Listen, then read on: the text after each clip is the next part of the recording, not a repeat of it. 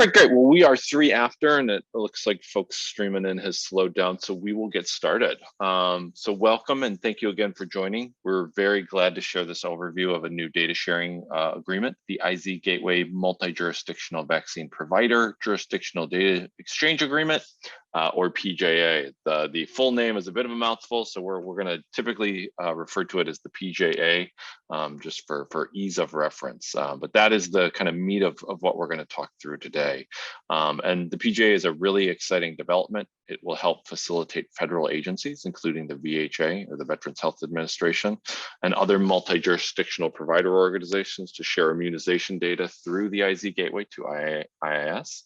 VHA has been a great partner, and we're really excited that they will be sharing data with IIS through the IZ Gateway. And the PJA is an essential component for any IIS looking to exchange data with VHA.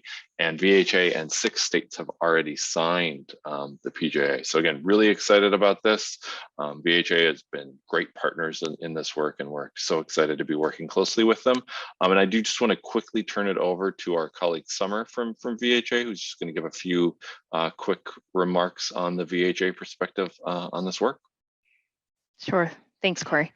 Good afternoon, everyone. My name is Summer Palzola. I'm working alongside Dr. Pam Belperio and Tin Wong to support the VA business team in this project. On behalf of the VA, we'd like to thank you all for your time, efforts, and opportunity to work with you all, and we look forward to the next steps. To date, the VA has signed the agreement, and the VA development team has already started work, which is currently underway. I also wanted to add that this project is a high priority for the VA secretary, so we're very excited. Again, thank you to everyone. Great, thanks so much, Summer. And again, we really appreciate the partnership.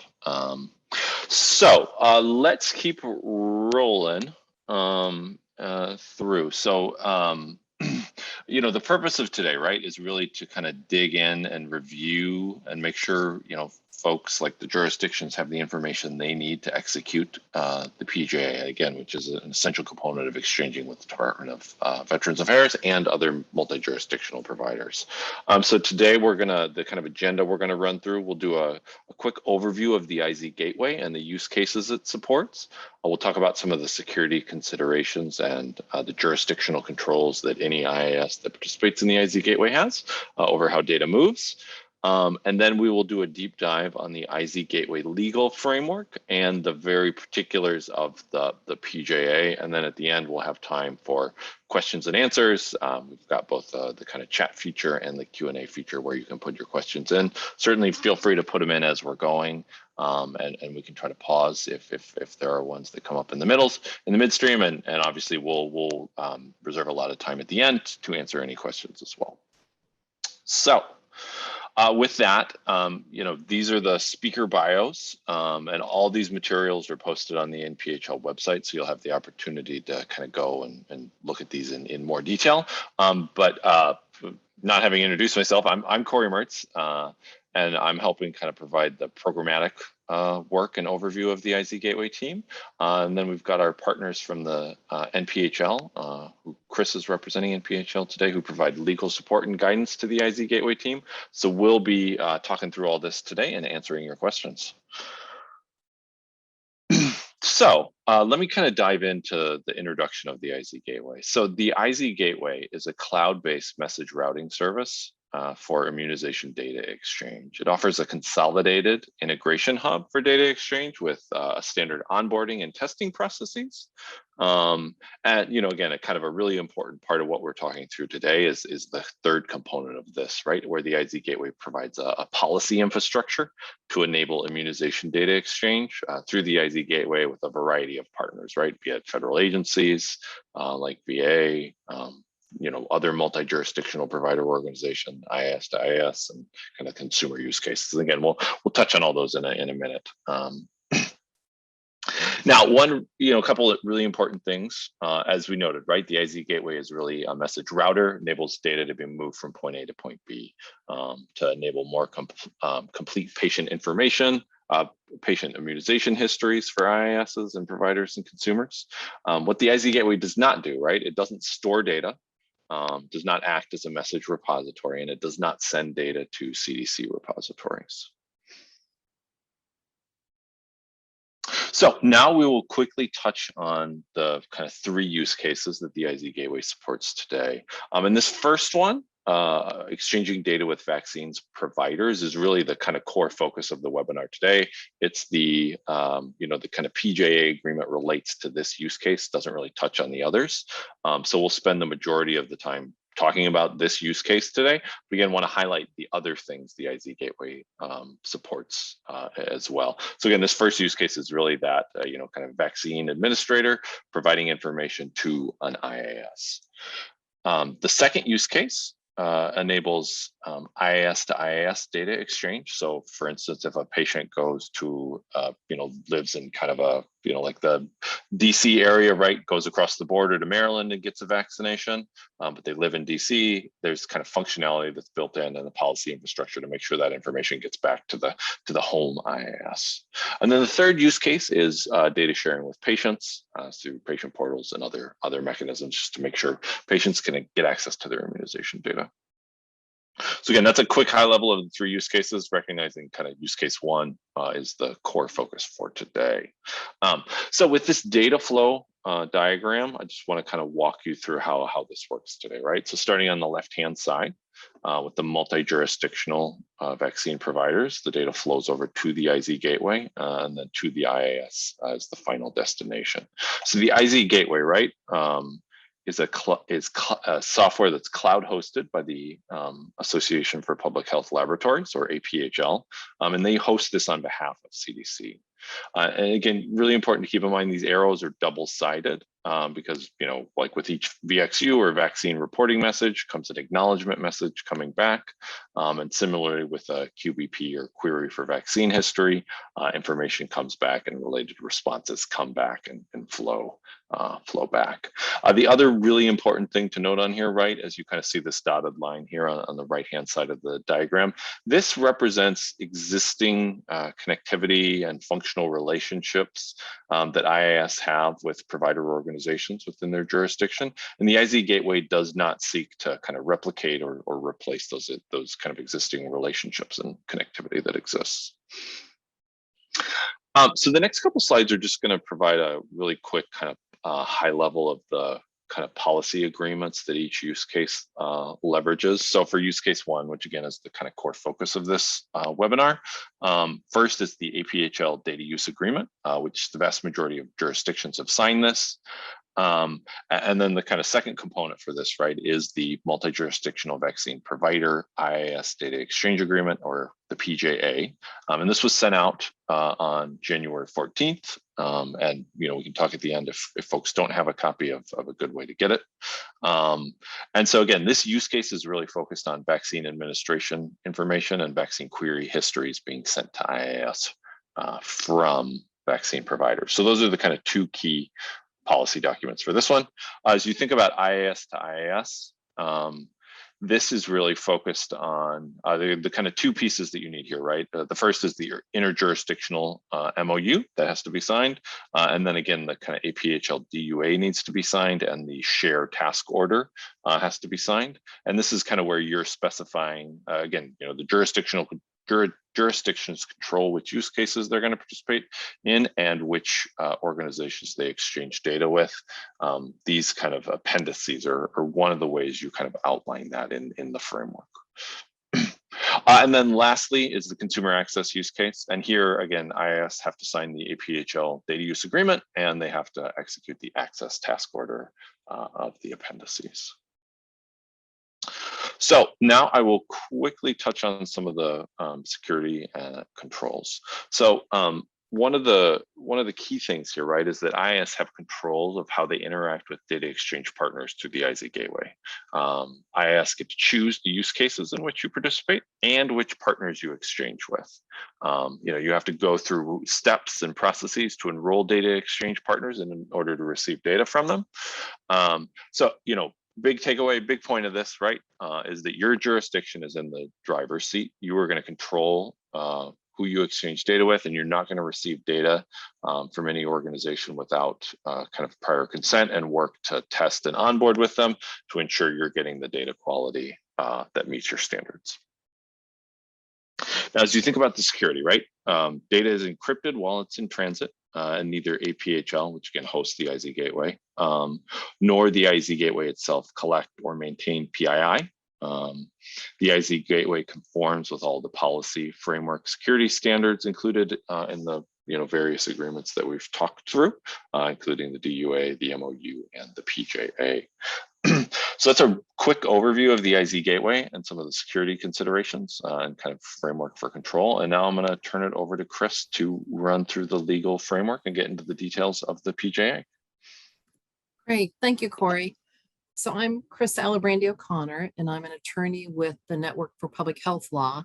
The network was brought in by the CDC in order to help craft the legal agreements that were needed to share the data through the IZ Gateway. So there are actually 3 different agreements. And to get us started, I'm going to go ahead, you can do the next slide.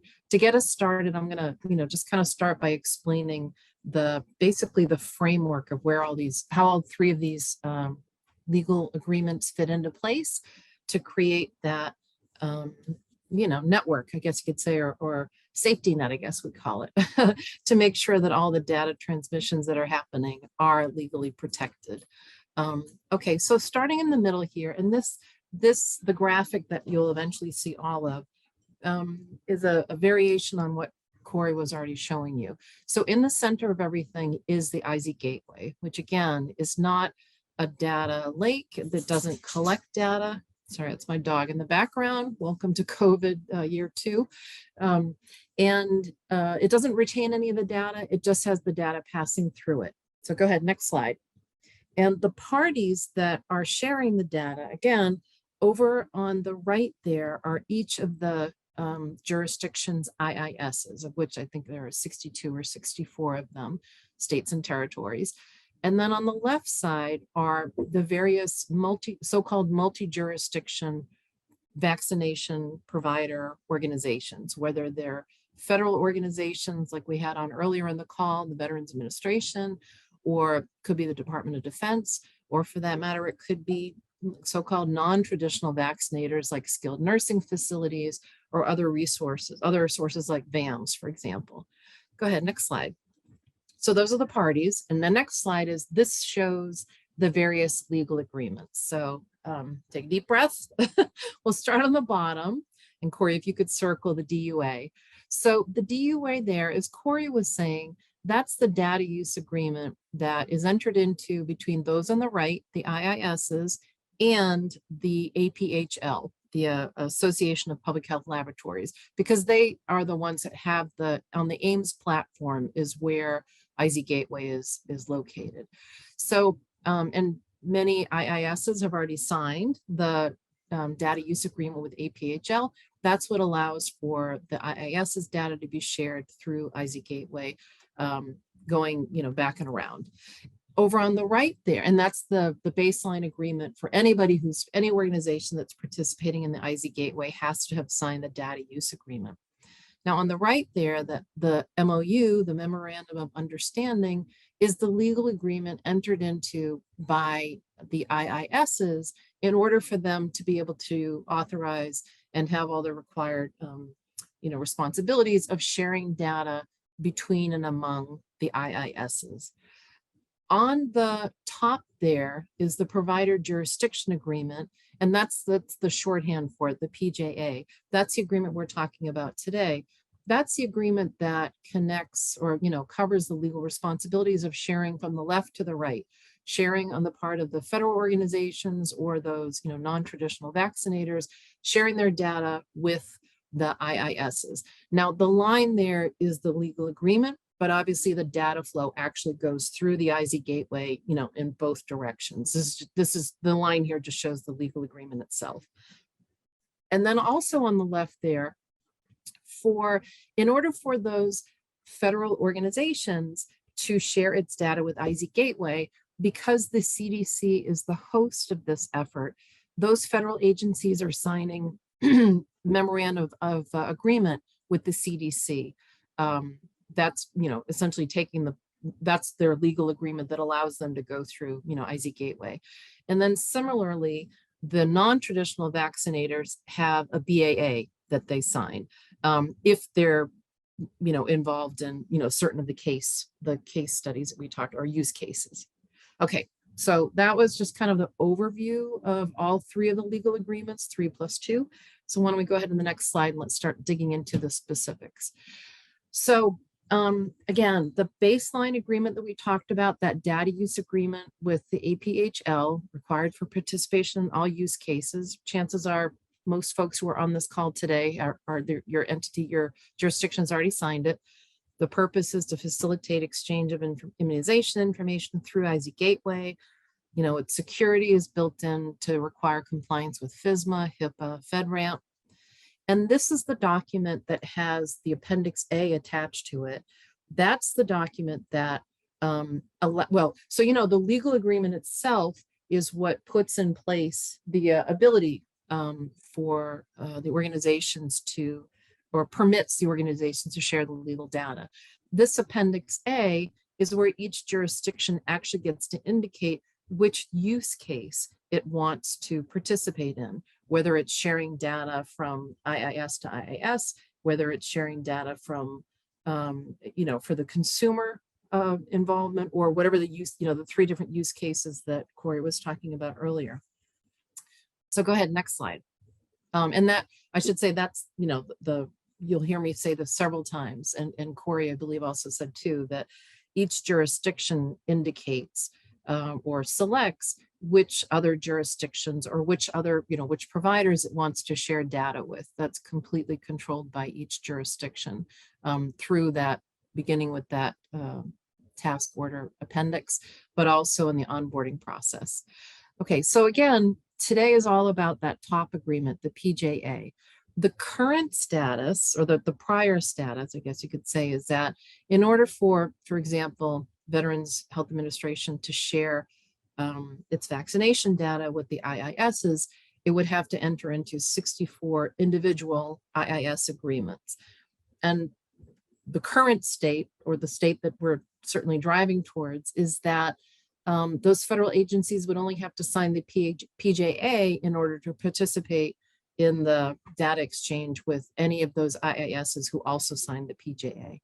And for that matter, that also works for any of the other federal agencies. So on the federal agency side, or those non-traditional vaccinator side, by signing one document, they potentially have, one document for however many jurisdictions they want to share data with, or vice versa.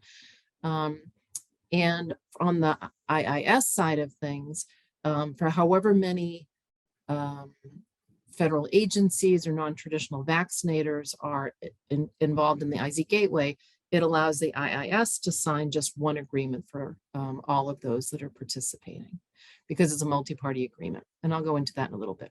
Okay, next slide. So I think now is when we do a deeper dive into the PJA itself. So again, this is the multi-jurisdiction vaccination provider agreement with the IISs, or the providers, on the right side of the graphic that we used before. So the intent of this agreement is obviously for the sharing of the data. It's modeled after the interjurisdictional memorandum of understanding, which again, likely everyone who's on this call, your jurisdiction has already signed that MOU.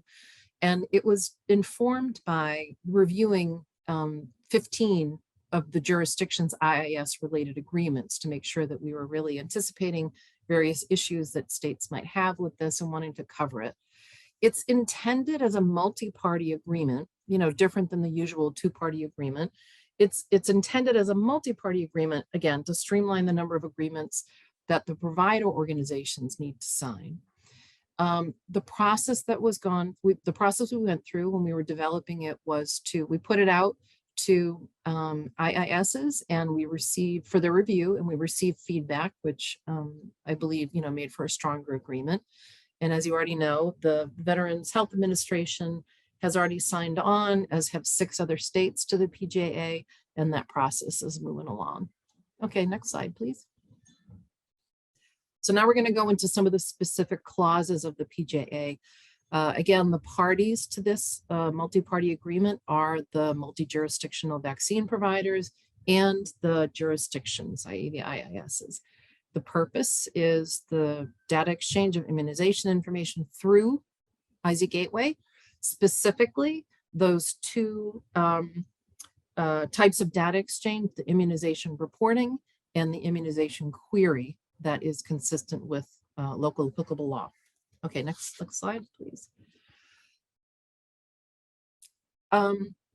And these are just some of the key terms that we thought might be on people's minds. So we're not going through every single one of them, but just kind of highlighting some that we know people have had questions about, or we anticipated people having questions. One thing about this agreement is that it does not in any way prevent other agreements outside of IZ Gateway. If an IIS already is sharing data, as Kory was mentioning earlier, already is sharing data with other IISs, or for whatever reason want to go into any other kind of agreement for sharing that data, there's nothing in the PJA that prevents that. And it's important to note that applicable law is all applicable statutes and regulations of the state or the jurisdiction, including federally recognized tribal governments and U.S. territories in which that party operates, as well as all applicable federal statutes, regs and such. Federal entities are subject to applicable federal laws only. Okay, next slide.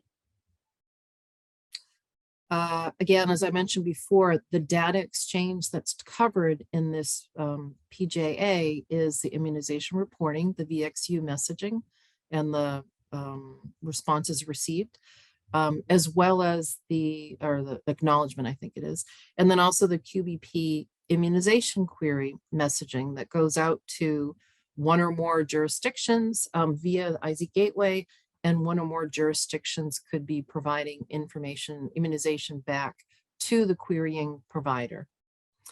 And again, as said before, each party determines the information it's going to provide to another party. Again, the legal agreements allow for the sharing, but it's the onboarding process and the selection that each jurisdiction makes in the appendix to the data use agreement that actually spells out and authorizes which jurisdictions or which providers each jurisdiction is electing to share with. Next slide. The definition of immunization includes not just the information created by the provider, that relates to past, present, or future immunizations. It's also the provision of vaccines to the individual and the medical or clinical information related to immunization. But again, it's limited to immunization information. The receiving party under the agreement and consistent with their applicable law may incorporate the data into its own clinical records or IIS data system. And consistent with applicable law, the data is subject to the receiving party's control, use, and disclosure.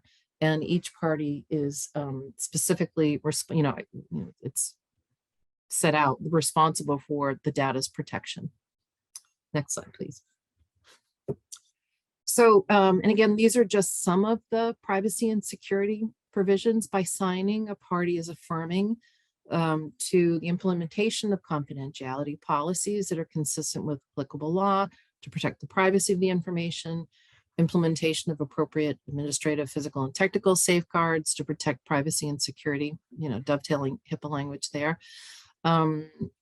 Also agreeing to all reasonable efforts to implement industry standards for security. HIPAA is the floor for providers. And then as far as breach notification goes, breach notification is, certainly when HIPAA applies, they're very clear, it's clearly delineated what the notification and obligations are in the case of a breach. At least one or more, I don't recall, IISs had asked that, well, could there be something put in here that if a receiving party becomes aware of some kind of a breach, is there some effort that can be made to identify the source of the data that was received from the IZ Gateway and then notify the sending party, the administrator? So that was added. And the standard there is, again, upon discovery, the receiving party would make reasonable efforts to identify what the source is and then notify the sending party and the administrator. Next slide. So this is kind of the smorgasbord of kind of standard contract language about governing law. You'll see at the bottom there that there's the period of agreement. There is no fixed term for this. A jurisdiction can decide to not participate. And then there are obviously, as above, withdrawal and termination. There's a withdrawal and termination clause that lays out the timing of that and notification and that sort of thing. So also note that there's no monetary exchange called for in this PJA. There are no warranties, just best efforts. There is no indemnification. Each party is responsible for its own liability. Next slide. And then also want to talk about how, so this is, I've mentioned before, this is a multi-party agreement. It's not the usual, two parties sign it and everybody gets a copy of the finally, fully executed agreement. In this case, since it's a multi-party agreement, there needed to be an administrator of the agreement. So the CDC, as the host, is serving in that role. And as such, the CDC's responsibilities include maintaining signed copies from all signatories, maintaining or making a list of who has signed, all the parties that have signed, making that available to all the people who have signed the PJA, making sure that they keep updated all contact information that's been received for purposes under the agreement of notifications. They will also, CDC is also responsible for receiving and providing any notices under the PJA, and also facilitating any questions or concerns that come up. So for example, any legal questions you may have, you can direct them. You'll have the information later in the webinar about where to direct them. You could forward your questions that you've got after today to the CDC or the contractor working at the CDC, and we will provide whatever backup and support we can at that point. So I think that's the end of it. I think that may be the last slide here. Kory and I are available, and others are on the call also available to answer more questions that you have. So I'll thank you for this, and happy to answer any questions. Great, thanks, Chris. Yeah, as Chris mentioned, we've got there's the Q&A chat on the bottom. Well, there's the Q&A box and the chat. So if you have questions, please add them in there. A couple things I will just note while we're waiting for questions. So the agreement did go out on the 14th of January. Hard to believe it's almost, in the middle of February already, but it went out. If you need a copy, if you don't have a copy and you need a copy, or you have any other questions about the agreement or anything you think of after the webinar today, feel free to email us at izgateway@cdc.gov. So again, if you have questions after this, future things we could help with, please send them there, or if you need a copy of the agreement. And the other thing I will just say, this was the last in a series of 6 webinars we've done on the topic. All of the recordings are posted on the NPHL website, and the slides and materials from the presentation today are there as well. So you can always go back and listen to this again if you need to, if it's helpful. Obviously, everybody kind of processes this information differently. So just wanted to mention all that. All right, so let's look at some of the questions. So the one question that's come in, Chris, is there a deadline for executing the agreement? No. I mean, certainly you may want to answer more of it, Kory, but I think essentially the hope on the part of the CDC is that the sooner people are signing the agreement, the sooner the data can be flowing. But there's no requirement for the deadline to be signed. Yep.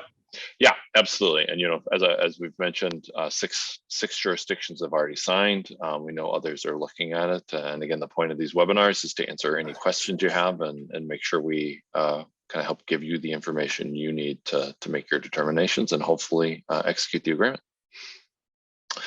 All right. So another one that we kind of commonly get, and we hit on this, but it's always helpful to, I find, reiterate, right? And there's kind of a slight nuance on this. We've gotten this question a few times of, can an IIS choose which federal agencies it shares information with, or is it all or nothing? And I think, as Chris and I have kind of mentioned a few times during the webinar, it really is kind of up to the jurisdictions to decide who their exchange partners are, even once you've signed the PJA. So, if multiple federal agencies were on board, you still would have the ability to make those determinations in the future.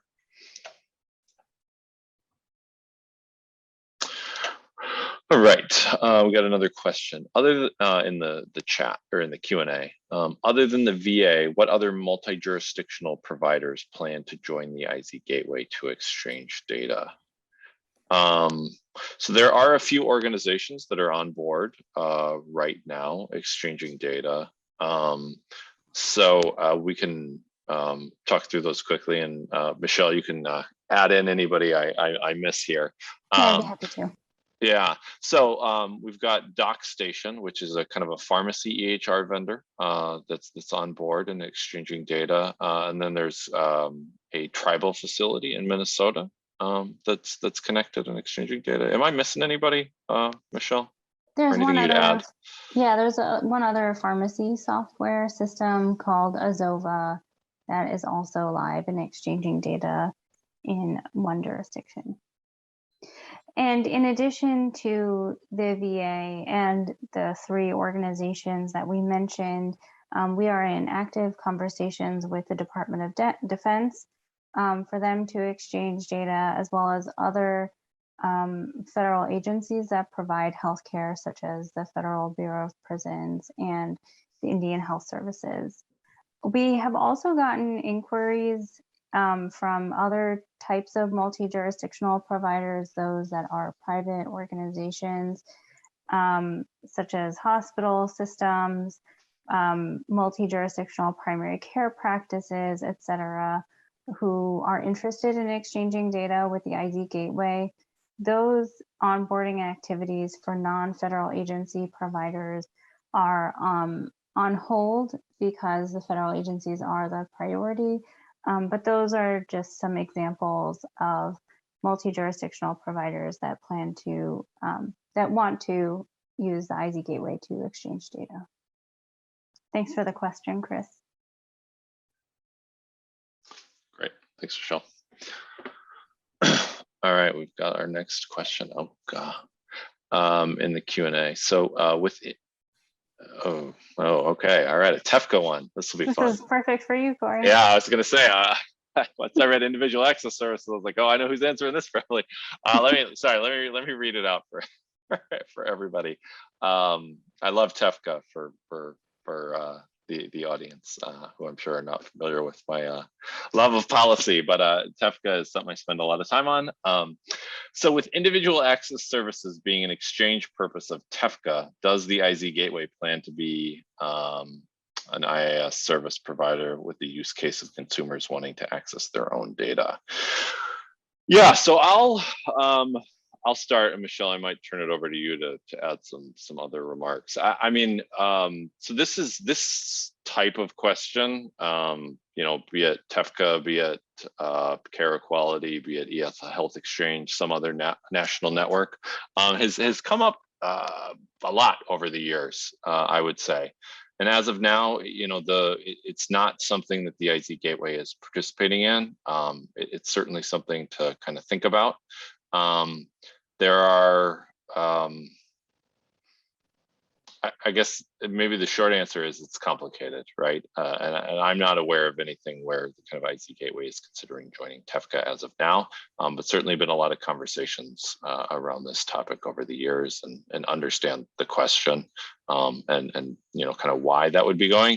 I mean, one of the challenges to keep in mind, right? And one of the things I think is really important as you think about TEFCA, right, is ONC and the RCE have tried to be very responsive to the public health community certainly had a lot of concerns about some of the prior versions. And I may be going into way more detail than you wanted, but in some of the prior versions, public health didn't necessarily have a kind of specific carve out from responding to requests for data for, the variety of exchange purposes that are supported under TEFCA. ONC ultimately did kind of land, or ONC and the RC did include that kind of flexibility in version 1. So again, there's just a lot of kind of policy nuances there. I would be happy to kind of chat about any of this offline as well. But Michelle, anything you want to add on that? I'll just summarize with, the main question is, does IZ Gateway plan to be an IIS with the use of consumers wanting to access their data?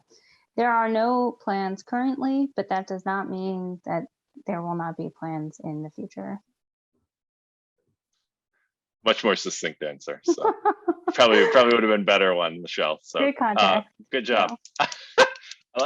All right, we'll go to the next one. Will the IZ Gateway API for consumer-facing apps leverage FHIR to align with the new ONC interoperability rules? Ooh, Michelle, I might turn that one over to you, but happy to do any backup on the regulatory specifics. Sure. There are general plans for the IZ Gateway to be FHIR enabled. The IZ Gateway, CDC has engaged with an independent verification and validation service to do a review of the IZ Gateway in its current state and looking at future enhancements. And FHIR is on the list of items for that group to review.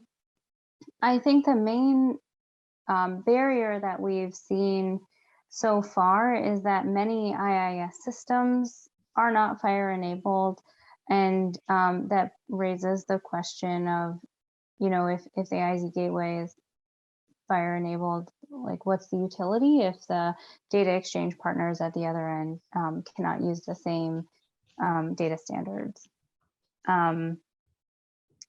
So yeah, I don't know. Do you have anything to add to that, Kory?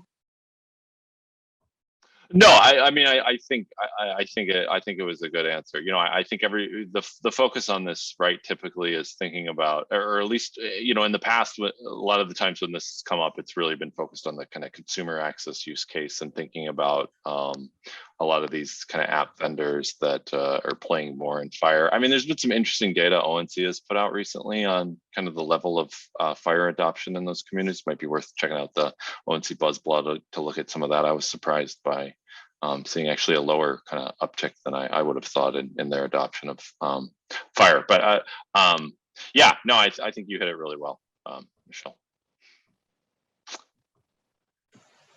Okay. So the next one, does the IZ Gateway fit the definition of a HIN actor under the new ONC information blocking rules? I'm not sure we got a good answer for that one. It's a great question, something I've thought about before, but I don't think we can really give you a good answer on that one today, Chris. It was a good question. I agree. We haven't done the analysis to come up with an answer for that. Chris, would you mind letting us know which jurisdiction you're with and what your role is?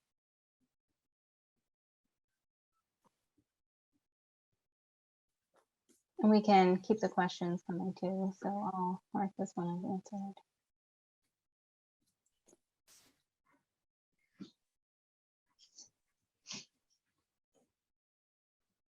Great, thank you. Okay, any other questions? We know it's Friday afternoon, or at least, in parts of the country. Oh, okay, we got another one in the chat. Okay, if an IIS signs the PJA, could the IIS honor requests from one federal agency and refuse requests from another federal agency?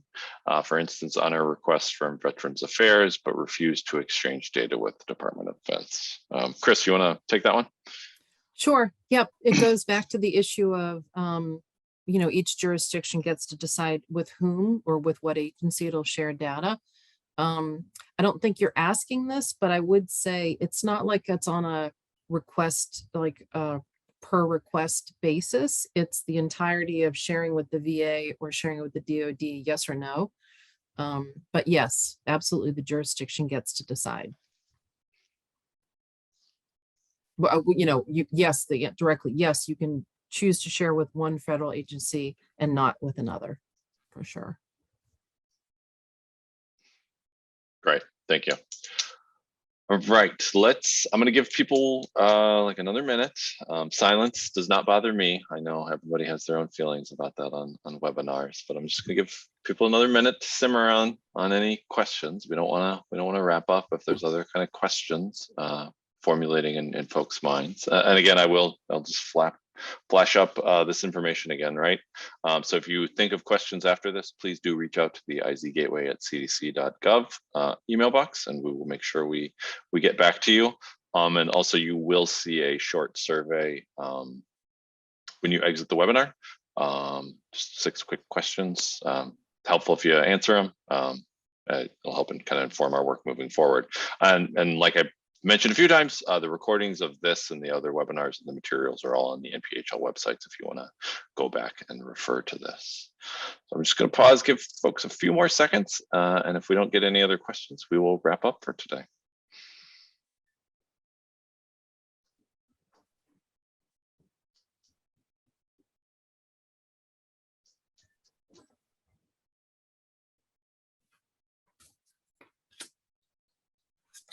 All right, I'm going to call it. But again, thank you everyone for joining us. We're really excited about the PJA. We think there's great momentum. As I've mentioned, there's already 6 states that signed. If you have any other questions, again, after you kind of leave this webinar, please reach out and we would be happy to help get answers to you. Again, thank you everyone for your time today. Have a nice weekend.